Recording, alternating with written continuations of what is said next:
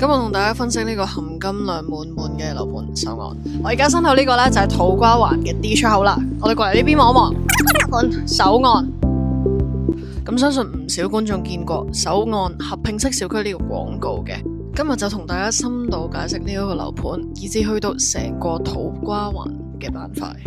我身後呢一個呢，土瓜灣嘅地盤呢，冇睇少喎，嚟緊呢將會成為一個雙鑄鐵大型街區，由長江、嘉利同埋順安集團一齊共同打造。到時呢，就將會有好多零售同埋飲食嘅鋪頭進駐，而到時亦都會有2條行人天橋接駁，由地鐵站去到商場，商場再去到首案。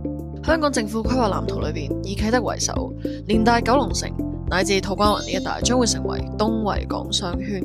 土瓜灣出發1站何文田，2站紅磡，3站尖東，4站柯士甸，亦都係九龍站。就算北上都非常之方便快捷。由雙鑄鐵大型社區去到東維港商圈，相信大家都應該了解到呢一個樓盤嘅含金量。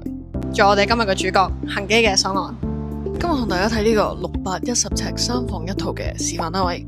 飯廳以紅中式餐椅搭配雲石餐桌，令到設計更加有層次。下飯廳以長形佈局，5.2米長，2.6米闊，樓高3.2米。2間睡房間隔方正，設有玻璃幕牆，引入自然光。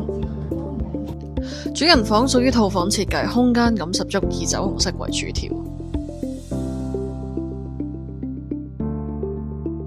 都用返歐洲名牌家電，德國西門子。